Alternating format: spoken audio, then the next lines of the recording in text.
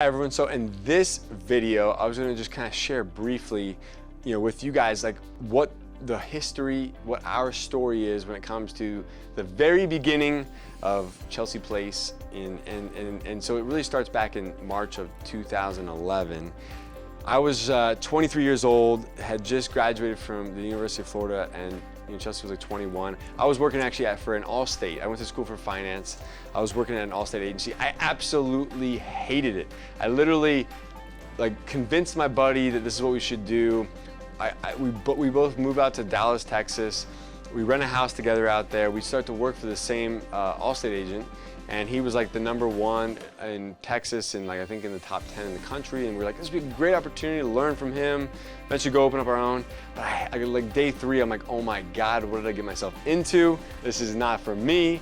And I absolutely hated it. So literally 3 months later, moved back to Florida and was trying to figure out okay, what is that next step? What am I supposed to do? I got a finance degree. I don't want to sell financial products. I don't want to sell home and auto insurance. I don't want to sell life insurance and things like that. So what am I supposed to do with my life now? I got this degree and I don't see me using this. So I'm trying to figure out that next step, and I actually ran across a family friend of mine, and his dad had just recently opened a small residential assisted living community, and he had invited me to come check it out, see what it was all about, and I had never really been to one before. And so in my mind, I had that impression of like a nursing home. And so before even going, I was already kind of not even looking forward to it, because that environment wasn't something that I felt like I was excited about. But when I pulled up to his home that day, it was literally in a residential neighborhood. It was a beautiful little, three bedroom, 2-bath home that he had converted into like a 6-bedroom, 5-bath home. And it was just a beautiful house in this beautiful neighborhood. And sure enough, he had 6 residents that he was taking care of in this little in this residential home, and it was beautiful. I was like, wow, I had no idea that this even existed. This is not what I was expecting at all. And I got there that day, and I started hanging out with some of his residents, and I even helped one of his residents, Ron, who was actually suffering from terminal cancer. I helped him out with a shower, helped him get ready for the day, and then we played cards for a little bit. And I just spent time with his residents, spent time with his staff, just absorbed everything. And before I knew it, the day was over. And I remember leaving there like, wow, this is really, really cool. I never even knew this existed, but I felt like I felt like I actually had a sense of purpose. There was something that was very fulfilling about that time there. There was something that was it was so great to be able to have such an impact on people's lives. It was so great to know that conversation, those games I played, and just making his residents laugh and smile. It was just so great knowing that that they had a good day, that they were enjoying themselves, and I was able to actually create an environment where they were having fun. And to be able to do that for somebody when they're in a state in their life where they can't do much more for themselves. So it was just a really rewarding experience. And I remember after that being like, wow, I could totally see ourselves doing this. And in my mind, I thought, man, we could create this beautiful Key West cottage looking thing, kind of bring that beach vibe to this industry. Because in my mind, I had this impression of them looking like, everyone having the old wallpaper and pictures of old roses and different, flowers and things like that. And just kind of that old school, very dark and dreary and just depressing environments. And I wanted to bring some fun and color and excitement to it. And so we decided at that point in time that we were going to pursue this. In 2011, we found this facility in Port Charlotte, and it was one of these situations where at our age, it wasn't like there was, it wasn't like we could just walk into a bank or go talk to someone and be able to actually get a loan on a building and do something like this, because we had no credit history. We had no really any way to make this happen except for just winging it, a prayer, and just some good luck. And really, this gentleman that owned this property, he couldn't sell it. It was during that downturn in the market, and he was not able to sell this particular property. So he said he would be willing to allow us to actually purchase it from him if we assumed the remaining balance on the mortgage. And that was really our opportunity to go ahead and actually pursue this career, this career path in assisted living. And at the time, we had actually not seen the building. We knew where it was located, We had seen pictures of it online. We had all the information from the previous owner and stuff like that, but we had never actually gone and taken a tour inside this building, and so we purchased it, and we made the we made that deal with the gentleman in Orlando, and then I come down to the building the first day thinking, okay, I'm gonna move in here, I'm gonna set this place up, make it nice and homey and comfortable, and then eventually, Chelsea, I come down, we'll get the place ready to go, and we'll open, our little community. Well, I come down that day and I sent her a video of this place, man, and it was trashed. I mean, this place, I pulled up and I was like, holy cow, did we really just buy this thing? I remember taking a video of the front porch and Chelsea just being like, what did you get us into? And it was just one of those things where every single exterior door was rotted out. They were all falling off. None of the door locks worked. All the plants and shrubbery were dead. There was just mold all in the parking, the parking lot, on the side. Everything, it had a white interior, white exterior. It had a funky smell to it. Some of the doors had been left open. I mean, it just was completely abandoned. It was it was so sketchy. I mean, I remember thinking, okay, I'm gonna spend the night down here and work on this building one day at a time. Well, shoot, as soon as I saw that, I was like, nope, next, we're gonna get a hotel, and I'm gonna just try to work as hard as I can during the day, get this place looking right, and make it feel at least safe and comfortable enough to actually spend the night here. So rented a hotel for ended up being, I think, 3 or 4 days before I finally got all the locks replaced, got the place looking good, and then eventually, went and made this little sanctuary in this one, because it's a 12-bedroom, 8-bath home. It's 6,000 square feet, and so it was a big space, and so there was one room that I picked, and it was kind of off to the side, and I knew that in the future, if we had to live here for a little while, that we'd be okay. We could make it work, and we weren't sharing a bathroom with other residents, and we were kind of off to the side and away from all the activity going on, so we could actually live there if we needed to, and sure enough, so I'd make this room, make it a little sanctuary, get it all ready, put new toilet, new tile, paint it, get the carpets clean, get everything looking nice. We put all new doors on, all new door locks, so we could actually secure the building at night. And so finally we made it comfortable enough to actually spend the night there. Well, that was just the very beginning of what ended up being a 3-year journey of living in this community and learning everything about assisted living from literally the very beginning, from the ground up. So September of 2011, our first resident, Sarah with an H, who you can see here in this little picture. Sarah, she was our first resident. Her family was willing to take that opportunity, or give us the opportunity to care for her, and we were grateful for that. But she was an absolute sweetheart. We always joke because she would say, "My name is Sarah with an H from Mississippi, MISSIPPI." And that was how she always introduced herself, literally to everyone that would walk in the door. She was just an absolute sweetheart. Long story short with Sarah is, she's moved in with us in September, and then it was, I think, around November, December, we finally actually had our second resident move in, and slowly but surely we started to build that reputation in town, and slowly but surely we started to get people started to get a better understanding of who we were, what we did, but it was difficult at the time because I was the primary caregiver. So Chelsea was still finishing up school. She had another semester to go at UF.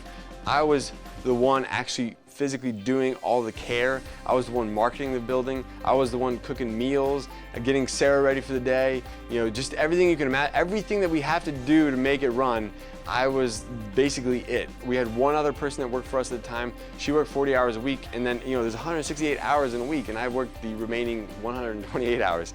So I was overnight shift, I was day shift. I got Sarah ready in the morning, and back then it was funny. I used to wear a suit and a tie, and I'm 23. I'm trying to look like I was a little old, trying to look older than I actually am, or at least look more presentable, look more professional, so I didn't look like a kid. So I would in the morning get ready, and then I would help Sarah up for the day. Well, this one morning I was helping her with the shower. I said, "Hey Sarah, can you hold the shower handle real quick?" I was gonna grab her a towel. And so literally I give this thing to her, and it slipped in her hand, and she started spraying me down with this thing. And I'm soaked now from head to toe in a full suit. And she's like, "Ooh, sorry, I didn't mean." I'm like, "Sarah, it's all good, it's all good." But it was just kind of funny because that was just how it was back in the day. So I walked out of there, got her ready, walked out of there, my feet are soaking wet, soaked head to toe. But it was a great learning experience because I really got to actually, experience what it was like to take care of our residents. So, that was just one person, but I cared for a lot of our residents throughout those first 3 years, doing a lot of the hands-on caregiving, being the doing everything that you guys are doing. So when it comes to all the different things that we put in place, I know exactly what it's like to go through some of these things. I know what it's like to handle someone that has difficult maybe behaviors due to dementia or Alzheimer's or Parkinson's disease. I know what it's like to when you have someone that's like stubborn or they're stuck in their ways or they have difficulty or they're freaking out. So I know it's one of those things that can be difficult to kind of navigate that, and every person is so different, But that was really the very beginning of our journey into this industry. And here's some pictures of us as we were growing up. We had Sarah and we had Lila here, who's having the milkshake with me, a Dairy Queen. And so really before we ever purchased like an appropriate vehicle, and prior to us even starting Chelsea Place, that was the vehicle I had. So that was the only car I had. And it was definitely not the right vehicle for senior care. But hey, you gotta make it work somehow. So back in the day, it was interesting. So I would go marketing like 8 to 5. Kathy would help me out during the daytime, but sometimes there'd be those after-hour networking events that we'd want to attend. And so it was easy when I just had Sarah because I'd take her with me, and I'd be like, "Hey, Sarah, we're gonna go out and meet some of my new friends." And so I'd literally like lift her out of her wheelchair, pick her up, put her into my big truck, throw a wheelchair in the back, and we'd go out to like different marketing events. We'd go out to some of the different restaurants and things like that. And she was my marketing buddy, man. We had a good time. Those actually were some of like my greatest memories because it was easy back then, and it was like literally like just hanging out with your grandma and having fun. And she had such a great personality, and everyone loved Sarah. She was like our mascot, So it was a great experience. Well, after that semester. So this would be June of 2012. Chelsea had finished up schooling, because at this time I was living in our facility. Chelsea was completing school at UF, and so she was just graduating, and then our plan was to go get married, and then we were gonna move into the facility together, and then continue forward after that, wherever that led and took us. So June of 2012. Chelsea Parrish and Christopher Chain are here. Some of our finalists, congratulations to both of you. Your wedding is set for June 2nd, correct? Yes. Yes, but after the wedding, there is a honeymoon, and you both are vying for that honeymoon giveaway. And Chelsea, I know that you actually entered for your fiance, right? Yes, I did. And he's honestly just the most deserving and compassionate person I've ever met. He started his own nonprofit organization for kids with dreams of learning how to fly, but without the means to do so. Our dog is a registered service and therapy dog, and we visit local nursing homes, assisted living facilities, and hospitals. And Chris, you have an assisted living facility that you named after Chelsea, correct? Yes, Chelsea Place Retirement Resort Living, and it's a Key West inspired assisted living facility. And we're just trying to do something different for seniors because a lot of the places seem somewhat sterile or institutionalized. So we just try to make it feel like a vacation. We ended up getting married in the Bahamas, went on our honeymoon, and had just a great time. It was a great experience. And then we came back and we both moved into our assisted living community. At the time it was me, her, and we had a little dog, Dallas. And if you saw the room we picked, it was like one of the smaller rooms in the facility, but it had its own private bathroom, and it was kind of off to the side. But when we moved in, we had our queen bed, and then we had our dresser, and then you had the nightstand, and then you had a dog and me and her, and like it took up the entire room. There was no more room for anything else. You could barely walk around the bed. All you had was a bed to sit on and like the bathroom. Like that was the only room we had. So we eventually took over the room that was neighboring it and kind of made like a little living space, kind of created like a little small apartment for ourselves. So we actually had an area that could be our living room and an area that we could hang out that was separate from like just chilling on the bed all day. So it was definitely a very humbling experience, but I can honestly say that I wouldn't appreciate and I wouldn't truly understand what it is that all of our team goes through every day if I hadn't gone through that time. And so I'm very grateful for that lesson. Well, it was probably about 5 years ago now. We finally moved out. Finally, were able to move out of the facility, and then boom, now we got 2 kids. So just like that. I got a 5-year-old at home already somehow. I don't even know how that happened. And then we also have our 1-year-old. So we have Emily and Liam.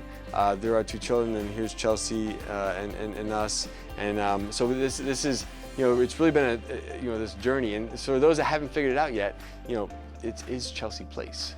So I did name it after her, and I did it when we were engaged because I figured if I did it then, that she couldn't run away because her name was on the building. So I was like, you know, at least that way I know. At least I know that way. You know, hey, you know what? She can't run away on the wedding day. You know? So, anyways, but it really was a great humbling experience, and I think it's important sometimes, you know, because when you start with a company, you may not understand maybe that journey and what it looked like and how, you know, people got from point A to point B, or, you know, because you might be joining us on this journey at a different point in time. And there's been people that have been with us for for 7-8 years that have been along this path with us and have experienced, you know, those times where we actually lived in the facility and stuff like that. So after we moved out and when we were deciding on what is that next step for Chelsea Place, we actually decided to open up our senior daycare center. And so that became kind of the next phase that we took. And that was in 2017, we started that project. And then here recently, we opened up our home care agency. And so right now we have those 3 services. And of course, we got a lot of other things going on, marketing and, you know, big plans for the future and stuff like that. And I'm excited to share those with you. But this is where it all began. This is the humble beginnings, and this is how Chelsea Place was started. This was back from the very humble beginning, and I think it's important for you guys to know this. I'm grateful for you joining us on this journey. Thank you so much for, you know, just taking that leap of faith and, you know, wanting to be a part of this company, and thank you for just making, you know, this company, you know, what it is. If it wasn't for all the amazing people that work for us, if it wasn't for all the amazing people that, you know, just are really trying to make a difference in people's lives every day, Chelsea Place wouldn't be what it is today. And so I'm very grateful for that, and I thank you guys so much for all that you do.